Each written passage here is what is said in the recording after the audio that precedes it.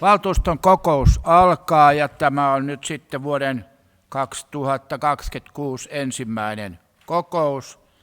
Ja ilmoitusasiana on tullut, ennen kuin mennään nimenhuutoon, niin Iitin keskustan valtuustoryhmän puheenjohtaja on vaihtunut ja puheenjohtajana on ryhmällä Olli Pasila, varapuheenjohtajana Veikko Ikonen ja sihteerinä Maija Virta. Ja tällainen sitten merkitään tiedoksi tulleeksi. Varsinainen kokous aloitetaan ja sihteeri suorittaa nimenhuudon. Ole hyvä. Aalto Janne. Paikalla. Alinen Lasse. Paikalla. Piodet Tiia. Paikalla. Haapaniemi Henri. Paikalla. Hoikkala Jaana. Paikalla. Houni Reijo. Paikalla Veikko Ojala.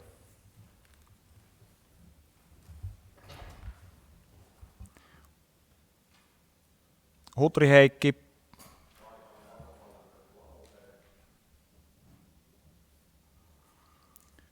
Ikonen Veikko. Ilmarinen Kiira. Immonen Marja-Liisa.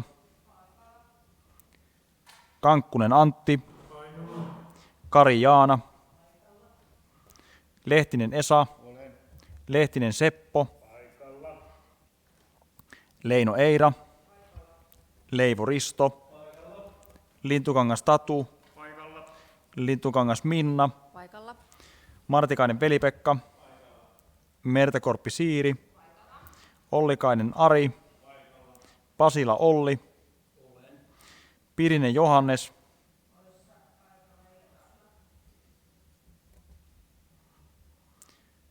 Salminen Mika. Savelainen Atte. Virta Maija. Ylikaitala Markku. Nuorisovaltuuston edustaja Ravantti Iina. Poissa. Vanhus- ja vammaisneuvoston edustaja Pirjo Paloranta poissa.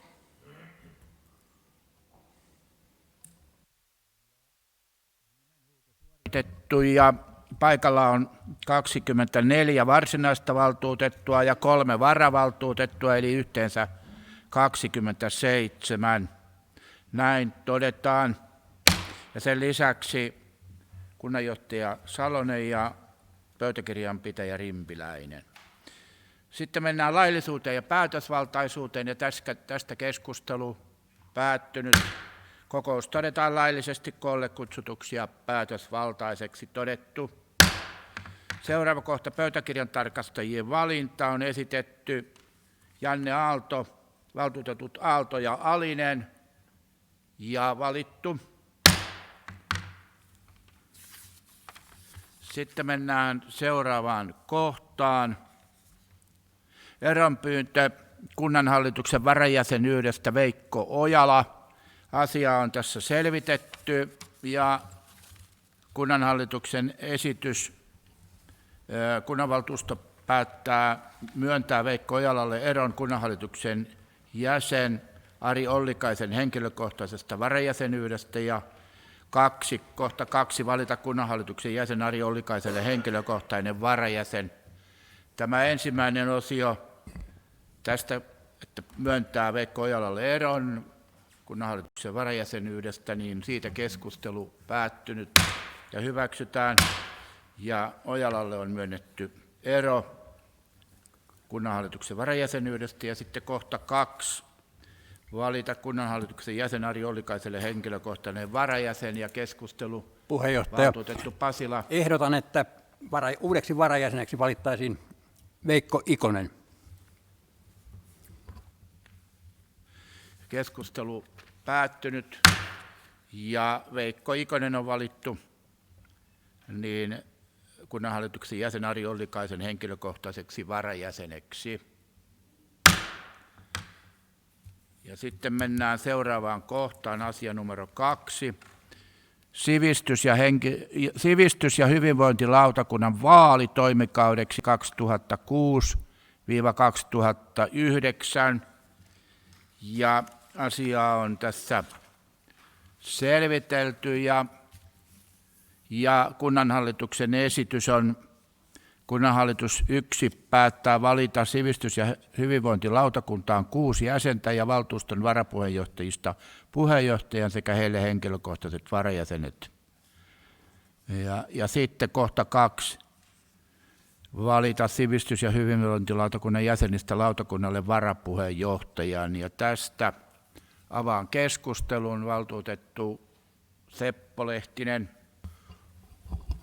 Arvoisa puheenjohtaja, ehdotan sivistyslautakuntaan jäseneksi Janne Aaltoa ja varajäseneksi henkilökohtaisen varajäsenen Jyri Halmetta. Janne Aalto toimisi myös puheenjohtajaksi Jannea. Ja sitten jäseneksi Veli-Pekka Martikainen ja henkilökohtainen varajäsen Esa Lavonen. Valtuutettu Pasila.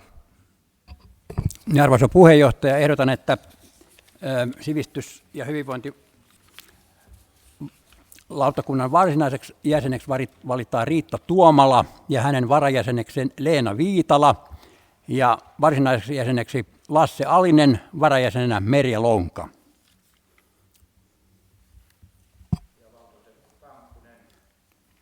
Kiitos puheenjohtaja.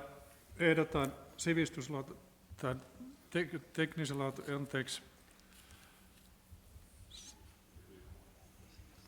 ja hyvinvointilautakunnan varapuheenjohtajaksi Henri Haapaniemeä ja varalle Marko Eklundia.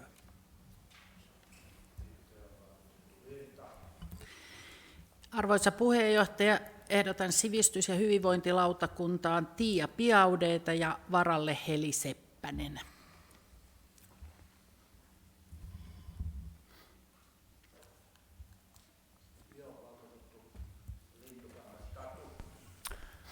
Arvoisa puheenjohtaja, ehdotan sivistys- ja hyvinvointilautakuntaan varsinaiseksi jäseneksi Maisa-Leena Simonen Falleniusta ja varajäseneksi Johannes Piristä.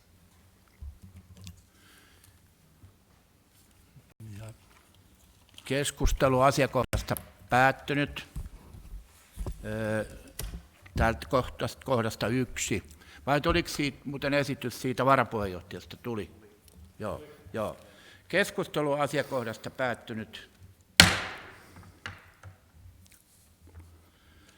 Näin, ja nyt on tehty seuraavat esitykset, niin sivistys- ja hyvinvointilautakunnan puheenjohtajaksi on esitetty Janne Aalto ja varapuheenjohtajaksi Henri Haapaniemi, ja Janne Aallon varajäsenenä on Jyri Halme ja Henri Haapaniemen varajäsen oli Marko Eklund. Sitten sen lisäksi niin lautakuntaan on esitetty Maisa-Leena Simonen Fallieres, varalla Johannes Pirinen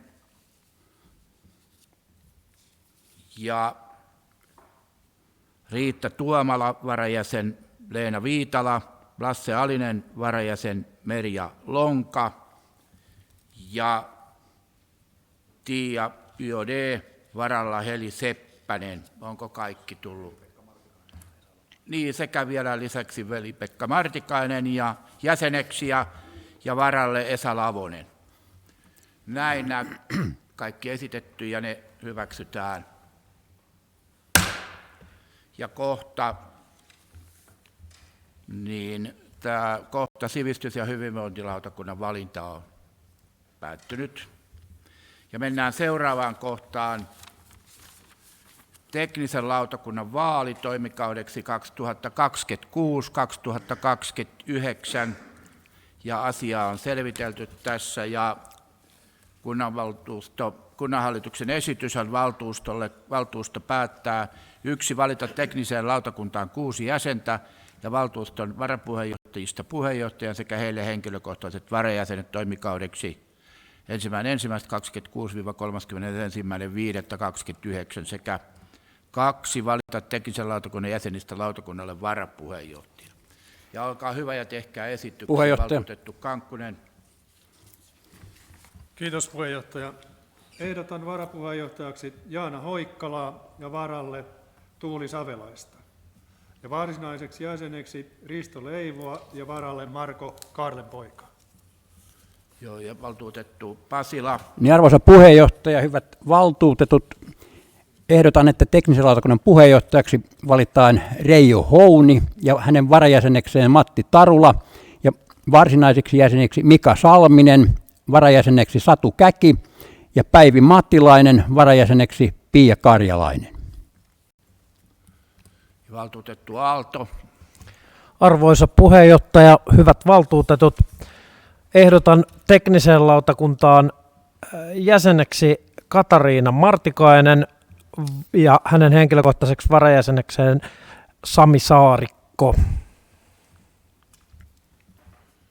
Ja valtuutettu Yli-Kaitala. Ehdotan teknisen lautakunnan jäseneksi Toni Lonkaa ja hänelle varajäseneksi Kimmo Niemi. Näin, ja keskustelu asiakohdasta päättynyt. Keskustelun kuluessa on teknisen lautakunnan puheenjohtajaksi esitetty Reijo Houni ja hänen henkilökohtaiseksi varajäseneksi Matti Tarula ja varapuheenjohtajaksi Jaana Hoikkala ja hänen henkilökohtaiseksi varajäseneksi Tuuli Savelainen. Sen lisäksi on esitetty jäseniksi Mika Salminen, Satu Käki, Päivi Mattilainen, varajäsen Pia Karjalainen, Risto Leivo, varajäsen Marko Kaarlenpoika ja Katariina Martikainen, varajäseneksi Sami Saarikko. Tuliko 7? Ja Toni Lonka ja varalle Kimmo Niemi.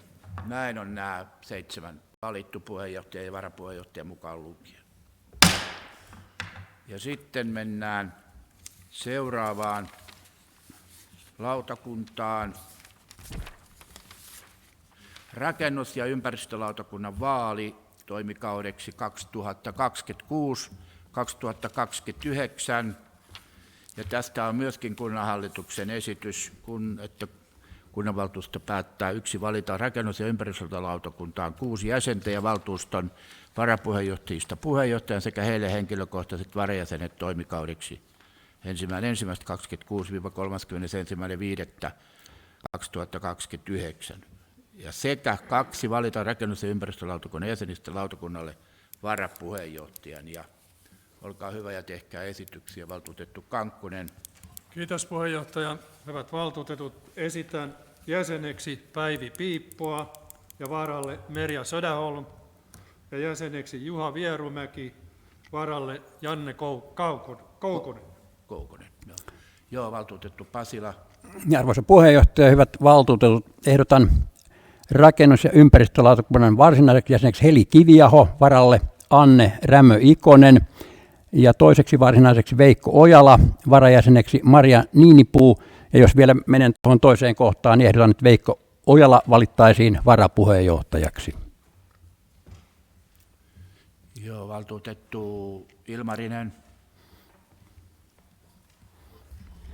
Arvon puheenjohtaja, hyvät valtuutetut, ehdotan rakennus- ja ympäristölautakunnan varsinaiseksi jäseneksi Terhi Holmbergia ja hänen varajäsenekseen Olli Pasilaa. Ja valtuutettu Taavila. Ehdotan jäseneksi Markku Ylikaitalaa ja varalle Tatu Lintukangas. Ja puheenjohtajaksi Markku Ylikaitala. Ja keskustelu asiakohdasta päättyi. Janne, joo, valtuutettu Aalto. Arvoisa puheenjohtaja, hyvät valtuutetut, esitän rakennus- ja ympäristölautakunnan jäseneksi Marko Autere ja hänelle henkilökohtainen varajäsen Esa Lavonen. Joo, keskustelu asiakohdasta päättynyt. Keskustelun kuluessa on rakennus- ja ympäristölautakunnan puheenjohtajaksi esitetty Markku Ylikaitala, varalle Tatu Lintukangas ja varapuheenjohtajaksi Veikko Ojala, varalla Maria Niinipuu sekä jäseniksi Heli Kiviaho, vara Anne Rämönen Ikonen ja Terhi Holmberg, varalla Olli Pasila Päivi Piippo, vara Merja Söderholm, Juha Vierumäki, vara Janne Koukonen. Ja sitten oli vielä, löytyy täältä, Marko Autere varalla Esa Lavonen. Ja nämä henkilöt on valittu rakennus- ja ympäristölautakunnan puheenjohtajaksi, varapuheenjohtajaksi ja jäseniksi.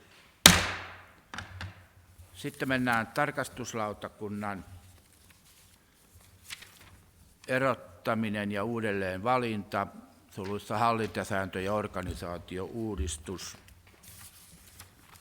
Ja täällä on esitys, että 1. Kunnanhallitus päättää erottaa 10.6.2025 valitun tarkastuslautakunnan kesken toimikauden perusteena hallintosäännön kokonaisuudistuksen mukaiset muutokset luottamushenkilöorganisaatioon ja lautakunnan jäsenmäärän lisääminen tässä yhteydessä.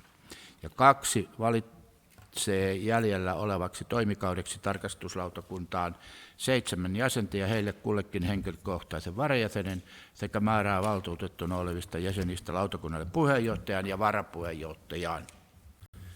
Ja tästä keskustelu Puheenjohtaja. valtuutettu Pasila. Arvoisa puheenjohtaja, hyvät valtuutetut, ehdotan, että tarkastuslautakuntaan valittaisiin varsinaiseksi jäseneksi Maija Virta, varalle Maiju Peltola, varsinaiseksi Sampo Pillisihvola, varalle Petri Kärkelä, varsinaiseksi Arto Nurmela, varalle Kimmo Suokas, ja näistä Maija Virta valittaisin puheenjohtajaksi. Joo, valtuutettu Biaudet.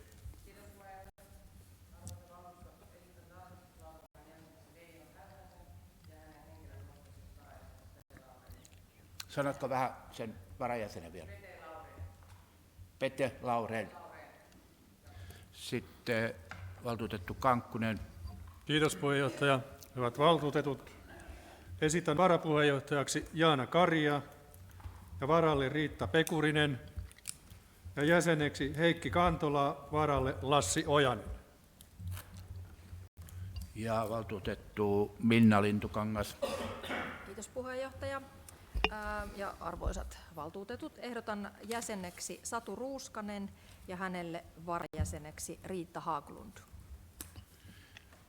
Ja keskustelu asiakohdasta päättynyt.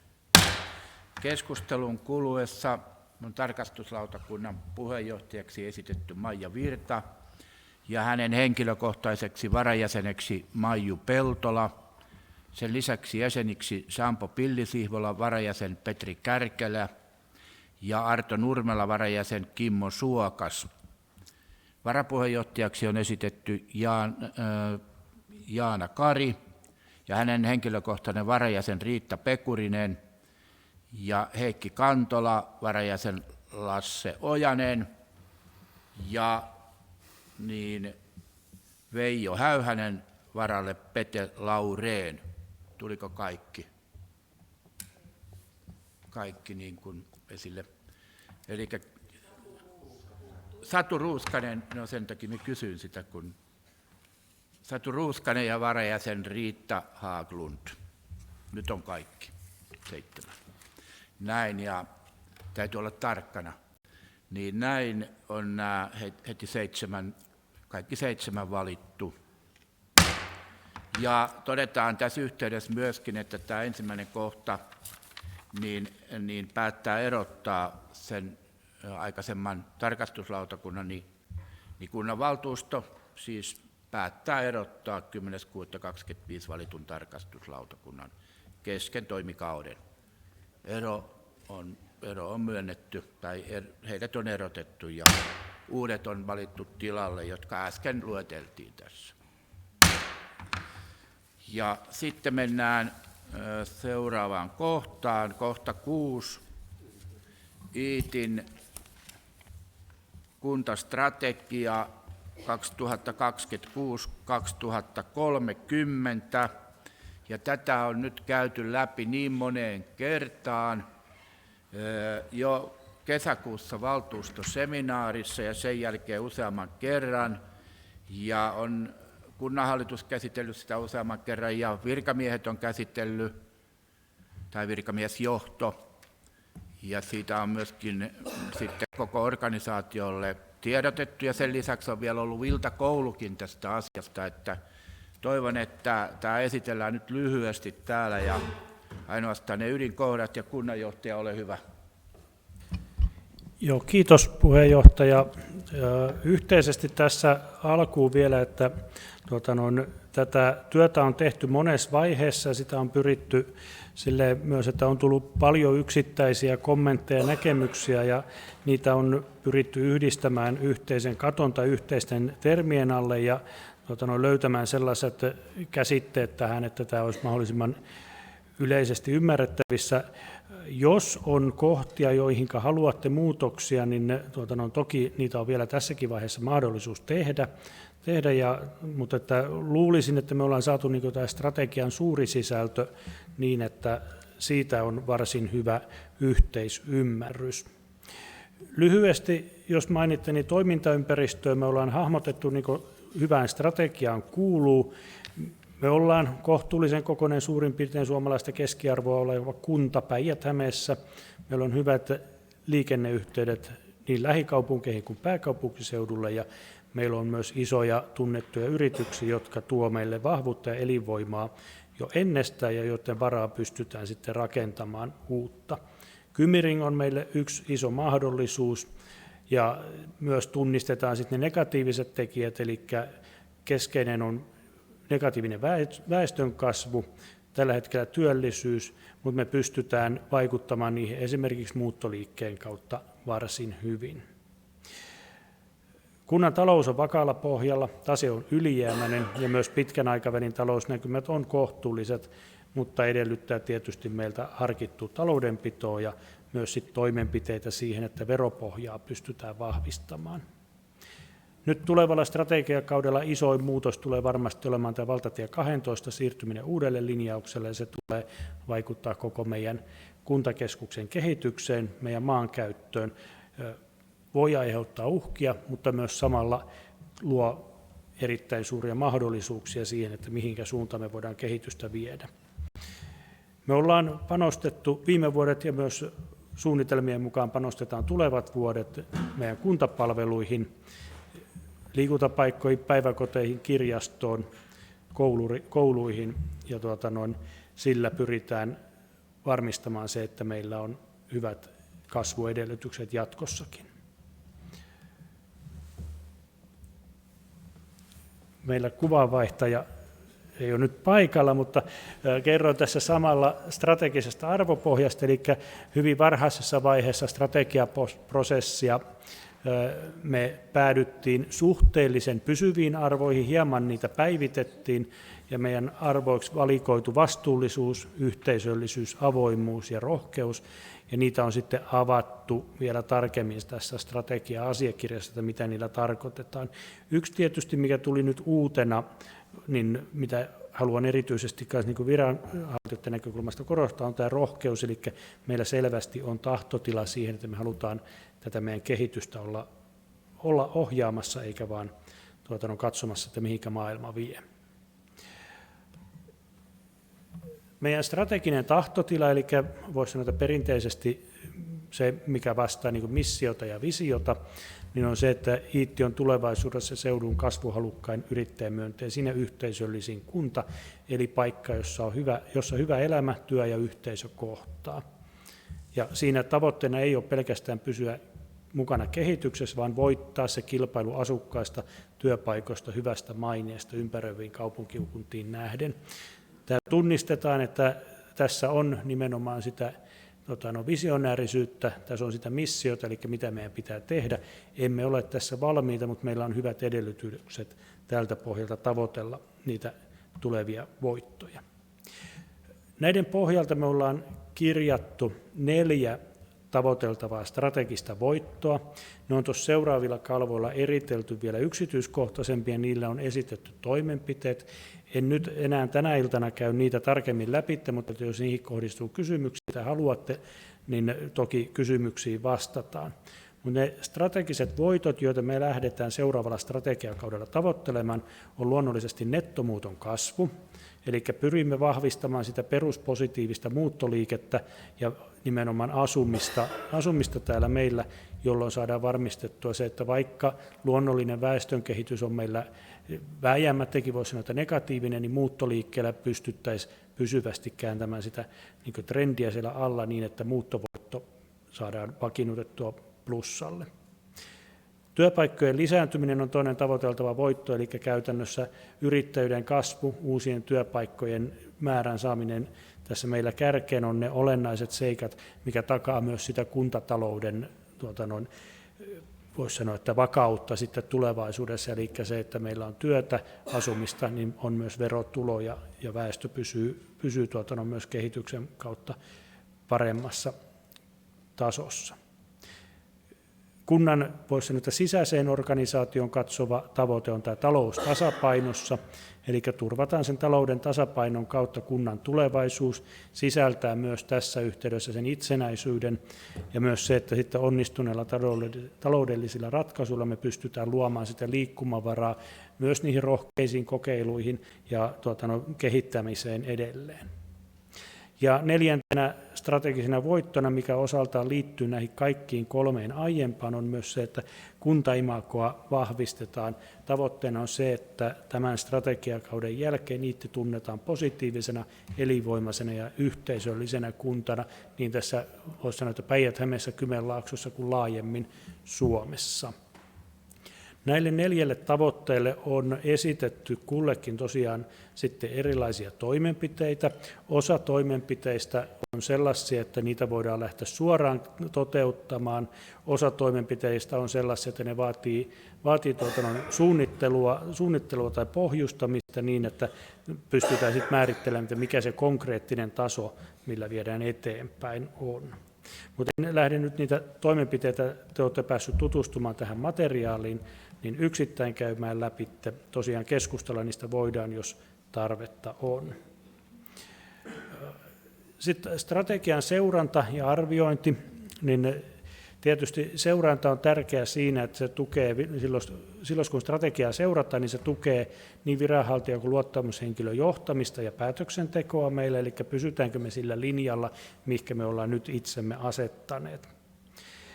Toimeenpano perustuu myös hyvin pitkälti viestintään siitä, että me kerrotaan tästä strategiasta aktiivisesti, me sisällytetään meidän päätöksentekoviestintään se, että miksi me tehdään näitä päätöksiä, mikä on se strateginen pohja niihin, mutta myös se, että meillä niin henkilöstö kuin luottamushenkilöt sitoutuu tämän strategian toteuttamiseen ja siihen vastuunjakoon myös sitä toteuttamisesta. Ensisijainen toteutumisen seurantavastuu on kunnanhallituksella ja johtoryhmällä, ja luonnollisesti siitä se raportointi on sitten teille valtuustoon aina, ja sitten väliaikatarkasteluissa vielä laajemmin aina se päivityskeskustelu. Tavoitteena on, että me jokaiselle strategiselle voitolle nimetään vielä sitten yksityiskohtaisemmin vastuuhenkilöt, ja sitten noiden mittareiden valossa, mitkä on tuolla eritelty, niin sitä onnistumista seurataan. Ja raportointi nimenomaan, eli seurantavastuu kunnanhallitukselle ja johtoryhmälle, raportointi kunnanhallitukselle ja valtuustolle puolivuosittain. Eli ollaan otettu aika tiivis raportointitaso käytännössä osavuosikatsauksessa ja tilinpäätösvaiheessa aina joka vuosi raportoitaan siitä, mikä on tämä strategian kulloinkin toteutumistilanne. Näistä on tarkoitus vuosittain kerätä myös tällainen niin sanottu IITin kehitysraportti, jossa sitten arvioidaan näiden tavoitteiden onnistumista ja samalla voidaan myös käydä se keskustelu siitä, että onko tavoitteiden päivittäminen joko sitten meillä tapahtuneiden toimenpiteiden johdosta tai sitten ympärillä tapahtuneiden muutosten johdosta tarpeellista.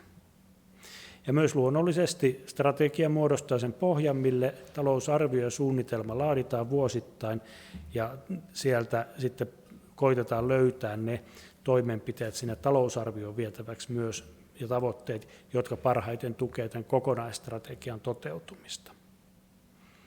Ja Tämä on hyvä muistaa, että vaikka me tehdään koko valtuustokaudelle strategia, niin strategia elää.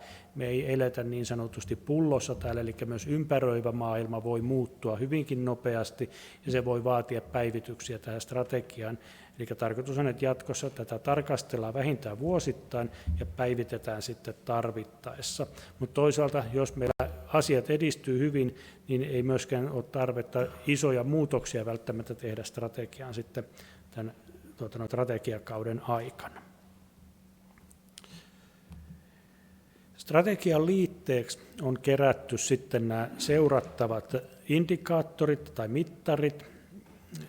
Muutama huomio niihin, että tietysti ollaan tavoiteltu sitä, että niitä vuositasolla seurattavia mittareita olisi korkeintaan se 3-6 per strateginen tavoite, jotta se seuranta pysyy hallittavana, ettei siitä tule sellainen työ, että me tehdään tilastoa tilaston perään välttämättä ymmärtämättä, että saadaanko me siitä tiedosta hyötyä.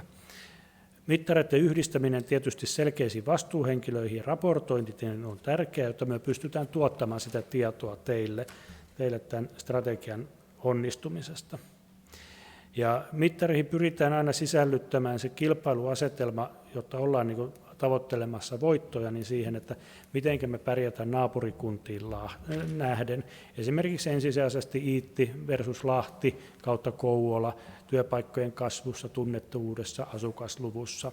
Ja pyritään hakemaan sitä, että mennäänkö me alueellisesti sen trendin mukana, jäädäänkö me alle tai onnistutaanko me siinä paremmin, mitä on muualla tehty. Määrällisillä ja laadullisilla mittareilla pyritään myös yhdistämään sitten nämä arvot ja tavoitteet ja esimerkiksi asukas- ja yritystyytyväisyyttä seurata erikseen, kuntaimakon tunnettavuutta ja sitten meidän osallistumista yhteisöllisiin hankkeisiin. Ja näitä mittareita on nyt sitten luokiteltu niissä liitteissä. Siellä joitakin lukuja on tarkoituksella jätetty tähän asiakirjaan punaisella. Ne oli niitä viimeisiä lukuja, mitä viimeisessä iltakoulussa käsiteltiin. Ja ne uskotaan, että on nyt sillä tasolla, mihinkä voi sanoa, että niissä on riittävästi haastetta, niissä on tavoitteellisuutta, mutta ne ei myöskään ole niin vaikeita, että se ei kannusta tavoittelemaan, koska jos asetetaan sellainen tavoite, mitä käytännössä ei ole mahdollista saavuttaa, niin sekään ei ole toimiva vaihtoehto. Nettomuutossa seurattavia muuttoliike, asumisen rakentaminen, kesäasuntojen vakinaistaminen, muuttajien tai etenkin paluumuuttajien määrä, koska meillä oli siellä paluumuuttajat toimenpiteissä, ja myös sitten etätyötilojen käyttöaste niiltä osin, kun me pystytään sitä seuraamaan. Työpaikkojen lisäyksessä tarkoitus on seurata nettolisäystä työpaikoissa, ei pelkästään vain näitä tilastoita uusia, vaan myös se, että mikä meidän kokonaistyöpaikkamäärä on, yritysten määrää, yritysneuvontapalveluiden käyttöä yhdessä LADEKin kanssa, yritystonttien kysyntää ja myyntiä, teemotettujen yritystilaisuuksien määrää sekä työpaikkojen pysyvyyttä sit myös siinä, että kuinka paljon meillä siitä vuosittaisesta muutoksesta kertyy niin sanotusti omaan reppuun sitten pidemmäksi aikaa. Talouden tasapainoa seurataan tilikauden tuloksella. Seurataan toki kriisikuntakriteerien täyttymistä niin, että me pystytään ennakoimaan, onko se näköpiirissä. Tässä vaiheessa täytyy tietysti sanoa se, että me ollaan hyvin kaukana niiden kriisikuntakriteerien täyttymisestä. Tilatehokkuusindeksiä siinä, että onko meidän toimitilat ja kunnan omaisuus riittävän tehokkaassa käytössä, ja myös sitten sen tulojen vaikutusta verotulojen osalta siinä, että tietysti mihin näkyy se, että ollaanko me onnistuttu näissä strategian mukaisissa toimenpiteissä, ja meneekö meidän esimerkiksi yritystoiminnassa työpaikkojen määrässä hyvin, niin verotulojen kehitys kertoo siitä varsin hyvin. Yhtä lailla myös kiinteistövero siellä mukana. Ja sitten kuntaimagon vahvistaminen, sitä on tarkoitus mittaroida positiivisen tunnettavuuden kautta. Siinä on meillä kyselytutkimustyökaluja. Sosiaalisen median näkyvyydessä pystymme seuraamaan sitä nykyisellään. Brändikampanjoiden tavoitettavuus siinä vaiheessa, kun niitä tehdään. Kuntalaisten osallistuminen, että kuinka aktiivista meillä on. eri tapahtumiin, muun muassa medianäkyvyyttä. Meillä on mediaseuranta työkalut käytössä ja myös sitten palautteen laatua. Ja myös sillä toimenpiteissä oli se, että me pyritään kehittämään noita palautetyökaluja niin, että me pystytään saamaan enemmän sellaista palautetta, josta pystytään johtamaan toimenpiteitä tai sitten toimintalinjoja. Sitten lisäksi meillä on tehty lyhyt mittaristo, joka on ankkuroitu tähän EVP-indeksiin. Tarkoitus on, että me seurataan tuon elinvoima-pitovoima-indeksin kehitystä tulevaisuudessa. Pyritään tekemään pikkasen myös kokeellisesti niin, että kun sitä julkisesti mitataan, että mikä on kuntien elinvoima-pitovoima, niin se, että jos me onnistutaan täällä, niin mikä on sitten se näkymä tuolla indeksin puolella. Siinä teemat, joita katsotaan erityisesti, on tämä työ ja talous, väestöasuminen, osaaminen ja työikäinen väestö, sitten lisäksi tämä vetovoima ja pitovoima, ja siellä on ne pienemmät alamittarit sitten näille. Eli pyrimme hieman harukoimaan sitä, että jos meitä valtakunnallisessa EVP-mittaroinnissa asetetaan johonkin lokeroon, niin vastaako se meidän paikallinen toteuma ja elinvoimatilanne sitä, miltä tuo valtakunnalliset mittarit näyttää.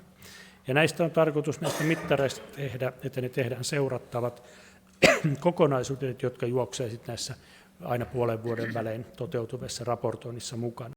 Sellainen huomio, mikä tuossa ennen kokousta sain, niin täällä EVP-mittarin tavoitteissa vielä mainitaan, että parempi kuin Kymenlaakson keskiarvo.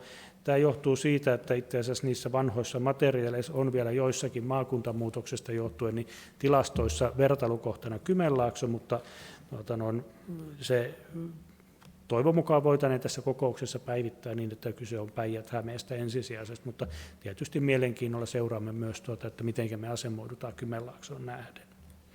Mutta tässä nopeasti leikaten läpi strategia, sen tavoiteltavat voitot ja se, että miten me aiotaan sitä strategiaa seurata.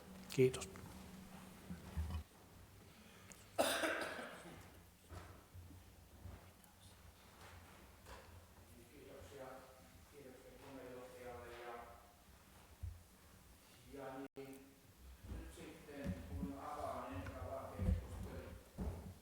Ennen kuin avaan keskustelun, niin esitän, että tämä strategia käsitellään niin, että käydään yleiskeskustelu.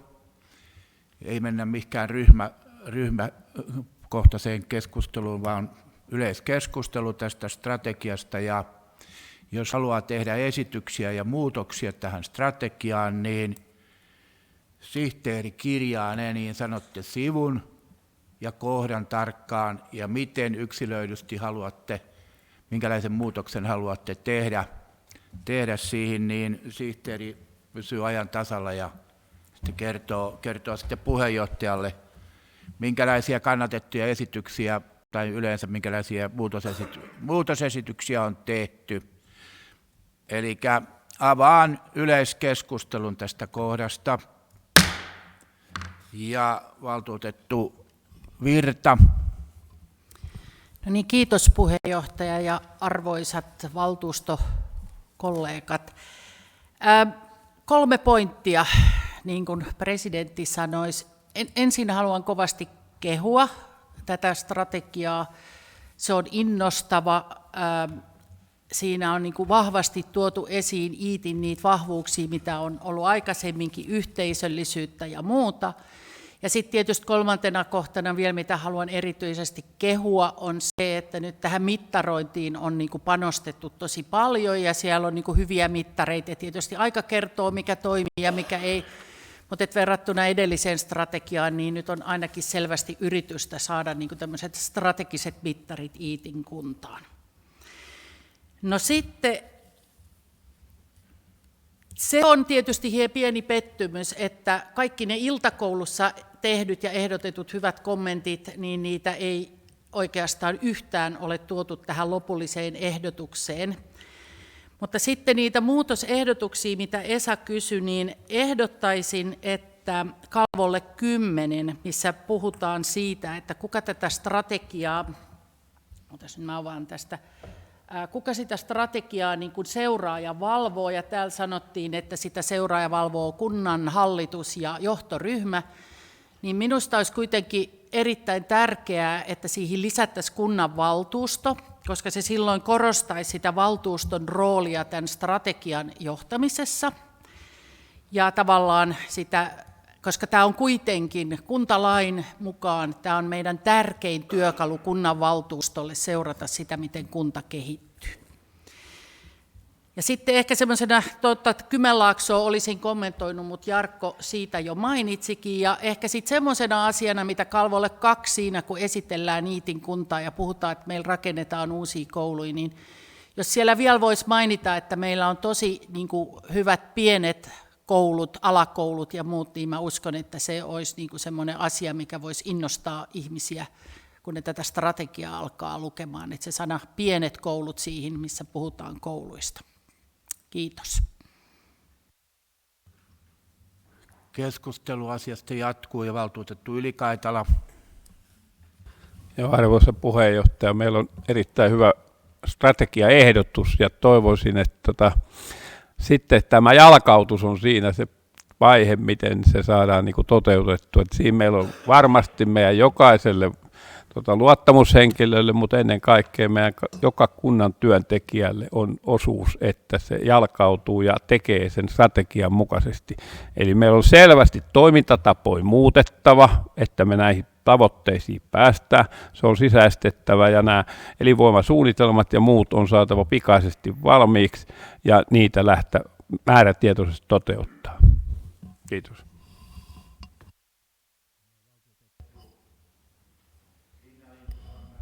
Kiitos puheenjohtaja, arvon valtuutetut. Toi on oikein hyvä strategia, oikein tosi hyviä asioita siellä ja jos me tähän kaikki ja kun me tähän sitoudutaan, niin saadaan varmasti hyviä asioita Iittiin edelleenkin aikaan. Ihan konkreettisista teoista yksi mikä on, että saataisiin tänne lisää asukkaita. Iitin kuntaan on, että miten aktivoidaan kesäasukkaat, jotta heidän olisi helpompi jäädä pysyviksi asukkaiksi kuntaan. Että mikä on se, olisiko siinä joku keino, ollaanko heihin yhteydessä tai voitaisiko avata tässä ihan tälleen julkisesti sitä puolta, koska se varmaan kiinnostaa myös kuntalaisia ja erityisesti kesäasukkaita, jotka vois harkita ihan vakituista kirjojen siirtämistä Iittiin.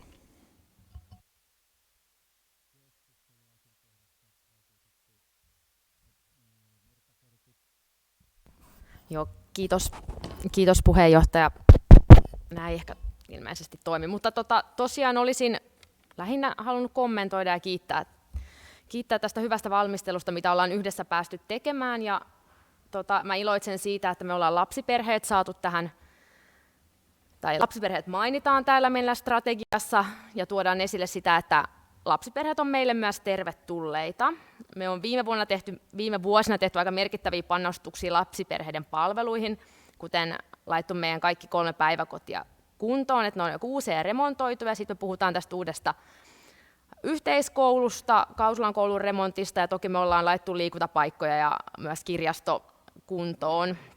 Että se on paljon sellaista hyvää, mitä me ollaan tehty ja tietysti on hyvä, että me pyritään saada myös siihen sitten vastinetta sillä, että meille muuttaa uusia kuntalaisia ja erityisesti pyritään niin kuin lapsiperheitä tavoittelemaan. Et oman kokemuksen mukaan kuitenkin Iitti tarjoaa lapsiperheille mahdollisuuden turvalliselle ja luonnonläheiselle arjelle hyvien palveluiden ääressä ja voidaan olla siitä kyllä ylpeitä ja se on varmasti meidän vahvuus. No sitten tästä tie- ja liittymämarkkinoinnista, mikä on myös täällä kivasti mainittu, liittyen ehkä tuohon mun äskeiseen kommenttiin, että mä oon tämän muutaman kerran tuonutkin jo esille, että mulla on hirveän hyvin jäänyt mieleen sellainen, kun olen tuolla Sastamalassa käynyt ja sinne kun rakennettiin uusi koulu, niin siellä tien varressa luki isolla valtatien varressa, että meille tulee uusi koulu. Ja se kiinnitti ainakin mun huomioon heti ja herätti positiivisia tuntemuksia. Et nyt kun meillä on näitä isoja panostuksia tehty, meille tulee uusi koulu ja me puhutaan tästä, miten me markkinoidaan meidän kuntaa tuolla nykyisen tien varrella, mutta myös uuden tien varrella, niin ehkä me voitaisiin tästä ottaa myös semmoinen niin hyvä idea käyttöön. Ja tietysti nämä paluumuuttajat ehkä vielä kolmantena, mitä mä haluan nostaa esille, mitkä on tässä nostettu esille, että mä että on hienoa, että me tunnistetaan se potentiaali, mikä paluumuuttajissa on, eli entisissä iittiläisissä. Mä itsekin olen paluumuuttaja ja ajattelen, että kaltaisia on varmaan tuolla, jotka ajattelevat hyvää iitistä, ja kun aika tulee, niin heille iitti voisi olla myös taas uudelleen mahdollisuus sille, tai iitti voisi olla heille myös tulevaisuudessa semmoinen kotipaikka myös sitten ihan pysyvästikin. Mutta haluan kiittää valtuustokollegoita, ja tässä on hyvä strategia meille tuleville vuosille. Kiitos. Keskustelu asiakohdasta, valtuutettu Ilmarinen. Arvon kanssavaltuutetut ja kokousyleisö. On tosiaan hienoa, että kuntastrategiassa iitti kuvautuu aktiivisena toimijana ja kuntana, jossa katse suunnataan eteenpäin. Lapsiperheiden palvelut, koulutus ja kulttuuri on nostettu esiin. Se on erittäin positiivista. Kuntaimagoa vahvistaaksemme voisimme kuitenkin nostaa yhtenä vetovoimatekijänä esiin vielä upean ja monipuolisen iittiläisen luonnon sekä tuoda esiin esimerkiksi luontomatkailun mahdollisuudet kunnan elinvoiman kasvattajana. Oman osamme lisäksi voisimme toki myös tehdä kunnianhimoista tai edes aktiivista ilmasto- ja ympäristötyötä.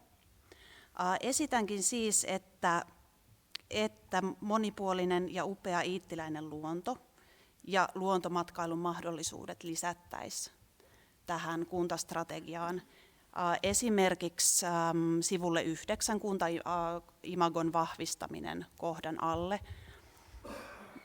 Tai tietysti ehkä luontomatkailu kohdan 2 sivulla 7 alle työpaikkojen lisääminen, yrittäjyyden kasvu. Ja esitän myöskin, että tämä vastuullisuus kohdan alla oleva sivulla 3 oleva maininta teemme oman osamme ilmasto- ja ympäristötyöstä muutettaisiin muotoon teemme aktiivista ilmasto- ja ympäristötyötä. Kiitos.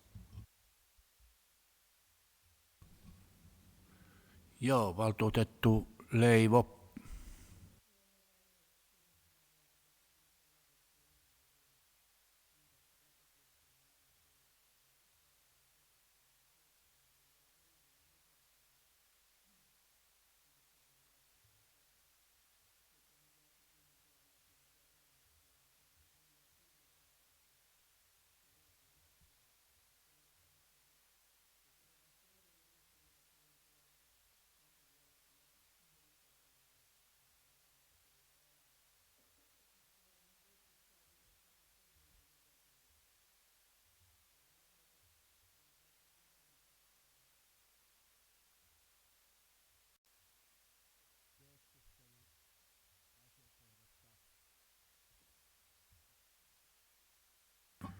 Keskustelu asiakohdasta päättynyt.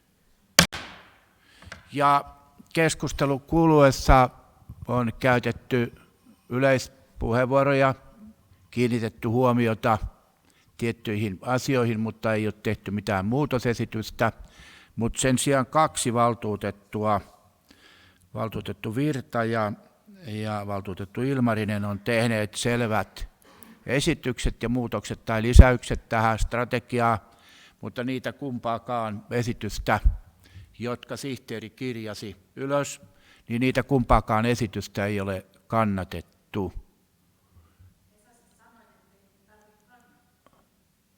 Missä vaiheessa?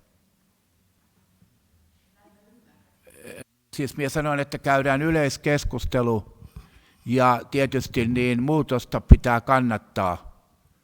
Niin valtuutettu Ikonen, onkohan nyt sitten valtuutetut vähän kesäterässä tai talviterässä, mutta kyllä yleensä jos tekee muutosesityksiä, niin tietysti puheenjohtaja voi kysyä, että voidaanko yksimielisesti hyväksyä, mutta en lähtenyt tätä sitten, kun oletin, että valtuutetut olisi sen verran valmistautunut näihin puheenvuoroihin, että he olisi sitten vaikka vierustoverin pyytänyt kannattamaan, mutta kun tällaista ei nyt sitten ole tapahtunut, mutta jos nyt sitten valtuutettu Ikonen, niin ole hyvä. puheenjohtaja. Onhan se hyvä, että talvella saattaa olla kesäterässä, kun onhan se kesäkin toivon mukaan sieltä joskus tulossa. Mutta minä kannatan sitten kaikkia tehtyjä muutosehdotuksia.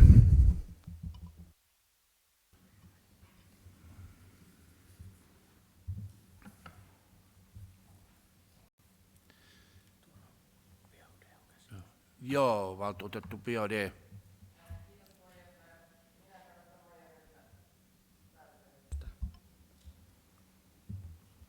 Siis mitä hän on esittänyt. Kyllä. Joo. Ja oli kyllä vähän huono homma vetää tämä takaisin tämä puheenjohtajan esitys. Olisi pitänyt puheenjohtajan olla jämäkämpi tässä asiassa ja eikä ruinata niin kuin näitä paikkauksia. Tähän minä olin kyllä jo kerran keskustelun päättänyt ja minä nyt totean, että minä olen sen keskustelun kerran päättänyt ja tämä strategia hyväksytään siinä muodossa, mitä kunnanhallitus on esittänyt.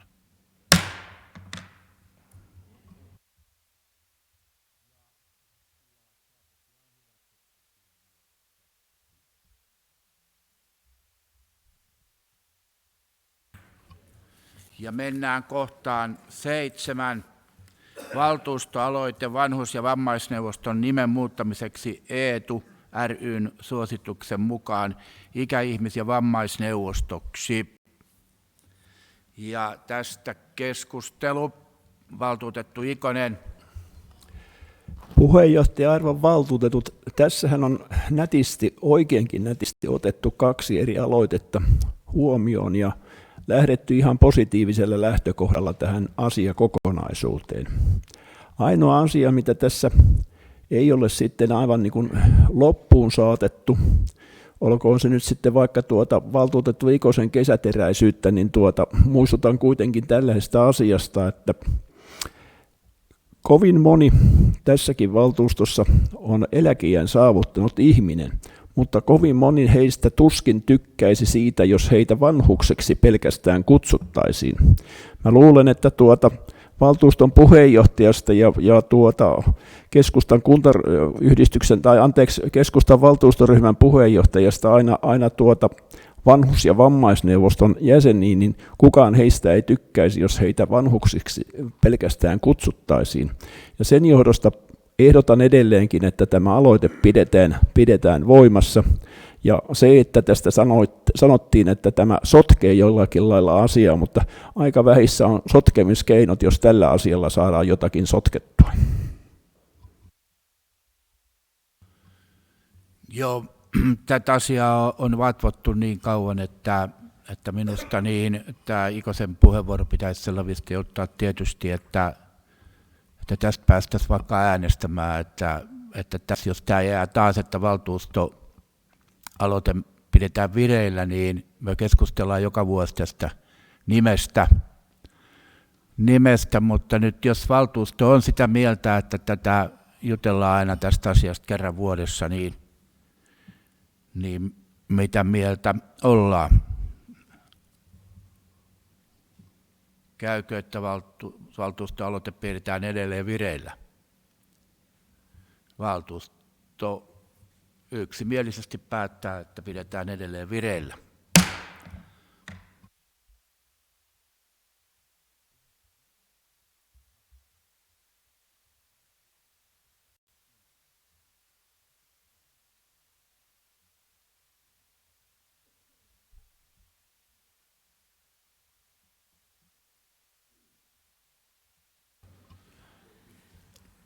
Kohta 8 kunnanhallituksen vastine tarkastuslautakunnan arviointikertomuksessa esitettyihin kysymyksiin ja huomioihin.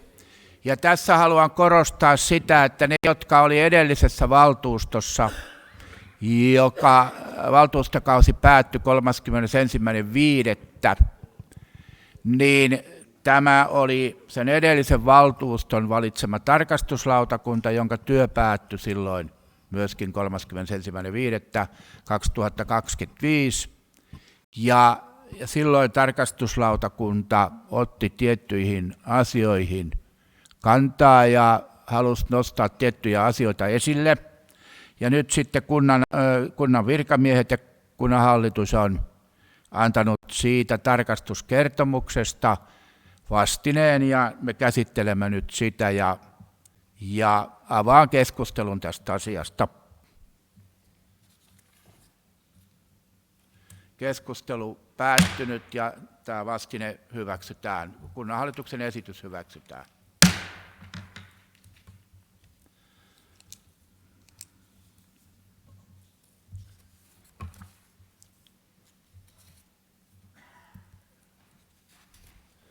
Ja mennään kohtaan 9, asia numero 9, sidonnaisuusrekisteri 2025.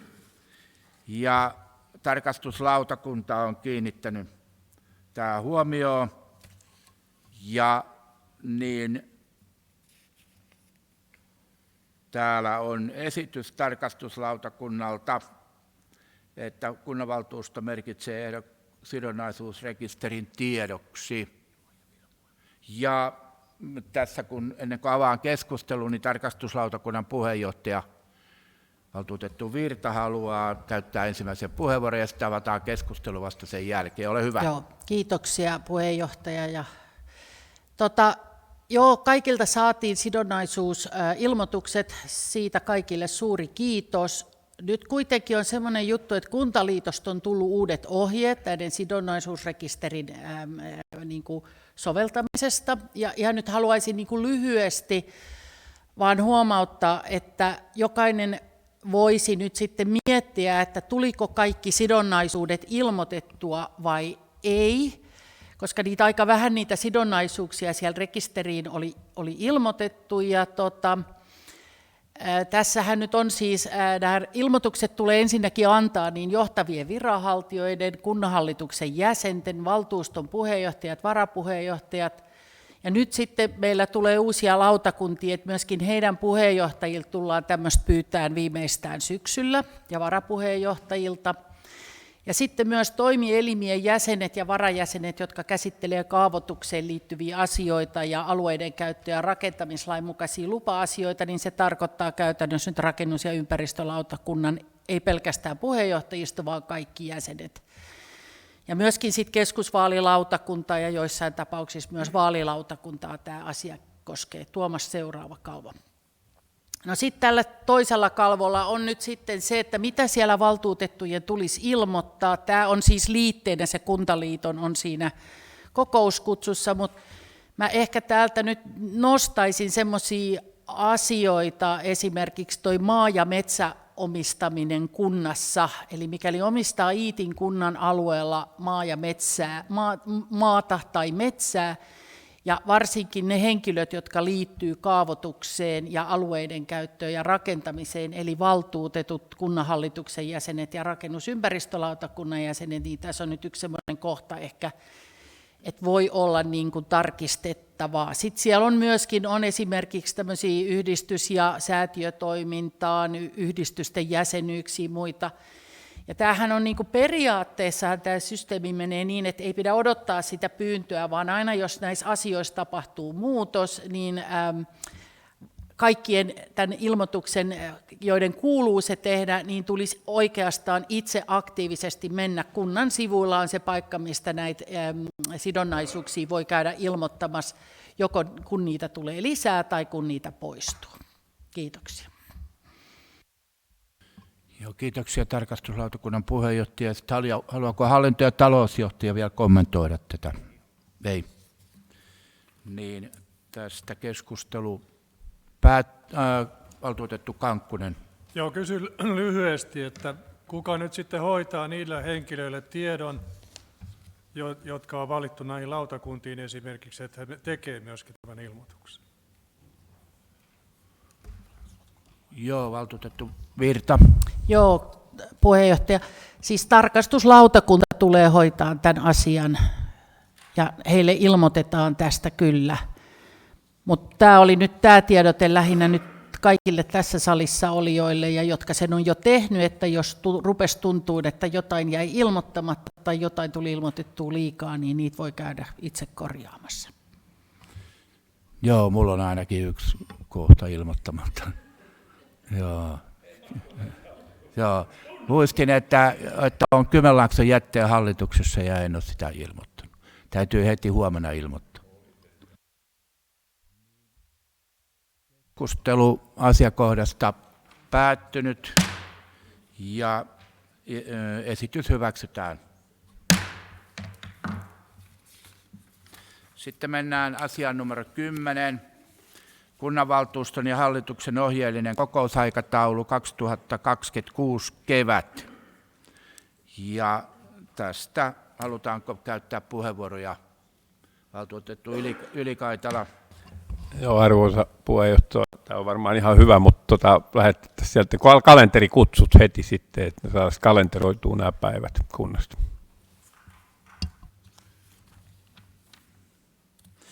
Ja keskustelu päättynyt. Ja valtuusto merkitsee ohjeellisen kokousaikataulun 26 kevät tiedoksi. Siis tämä on ohjeellinen. Näin. Ja sitten vielä haluaisin sitä korostaa, että tätä kokousmenettelyä, että kun valtuustolle tulevat asiat on moneen kertaan käsitelty ryhmien neuvotteluissa kunnanhallituksessa montakin kertaa, ja nyt tulevaisuudessa vielä lautakunnistakin tulee asioita aina välillä valtuustoon, niin toivoisin, että valmistauduttaisiin paremmin näihin, että jos esitetään jotain muutoksia. Minä ymmärsin siitä valtuutettu Virran esityksestä, että se, että vaikka siellä seurantavastuuta ja seurantaa tämän strategian toteuttamiselle ei ollut valtuustoa mainittu, mutta se valtuusto on ihan oleellinen osa sitä, jolle niin kuin sitä seurantaa kerrotaan, siis kunnan hallitus ja johtoryhmä, niin pitää informoida tietyin välein valtuustolle, että miten se toteutuu, ja valtuusto voi sitten siihen ottaa kantaa, että onko tyytyväinen vai ei, onko tahti liian hidasta vai liian ripeää. Tuskin liian ripeää, näin kuin Hämeessä ollaan. Mutta kaikki kokouksen asialistalla olevat asiat on käsitelty ja valitusosoitus liitetään pöytäkirjaan ja kokous on päättynyt.